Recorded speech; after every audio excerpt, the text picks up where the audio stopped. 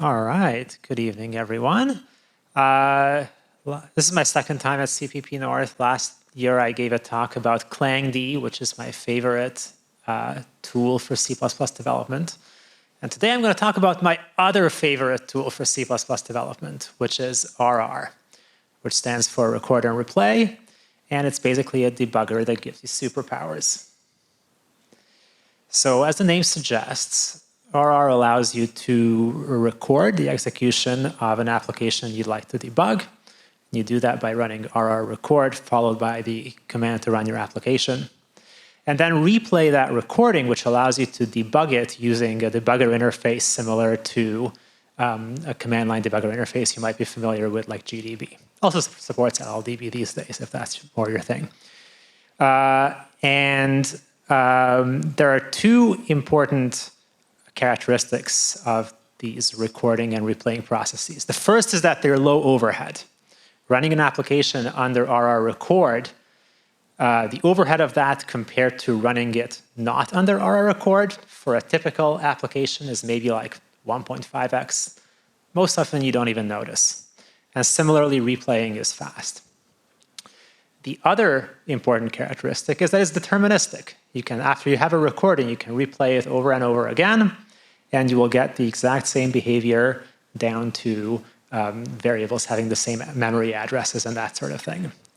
And that means that if you, let's say you're debugging an intermittent issue, once you've caught that in a recording, you don't have to catch it, trigger it again. You can just replay that recording until you've figured out the problem.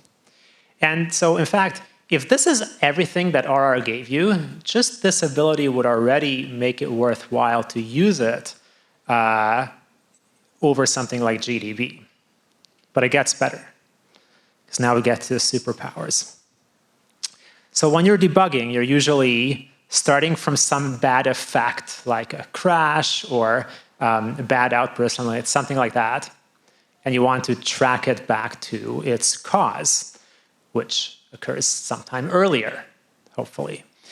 Your starting point when you're debugging is usually from the effect. So maybe you've broken at the time the program has crashed.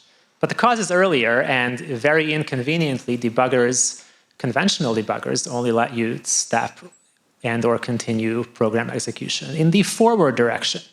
Wouldn't it be great if they could do this backwards? And that's exactly what RR allows you to do.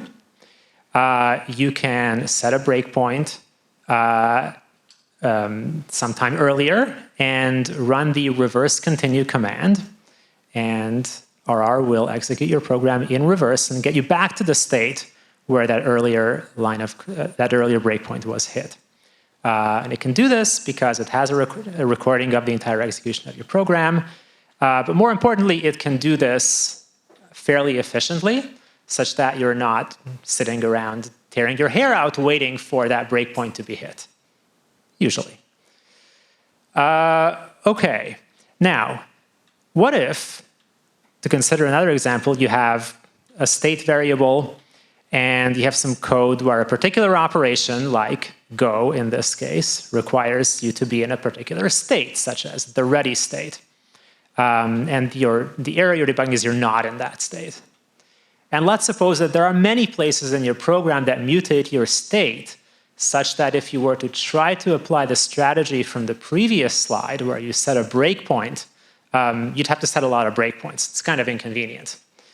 Thankfully, there's something better you can do. You can combine reverse execution with a debugger feature called hardware watch points, where you set a watch point on the location of your state variable, and then reverse continue, and RR will execute your program in reverse until the most recent time that memory location was modified, whatever may have done that modification. So essentially, this combination of features implements an operation that's kind of like, where did my bad value come from?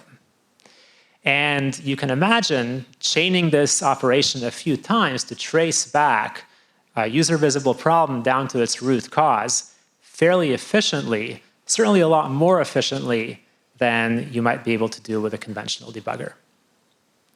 Okay, so I've already covered some of the strengths of RR, low overhead determinism.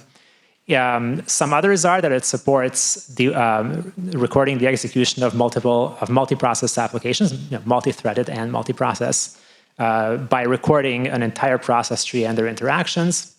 It is also entirely open source. It does have some limitations. The implementation relies heavily on sort of the kernel interface, and so as a result, it's currently Linux only.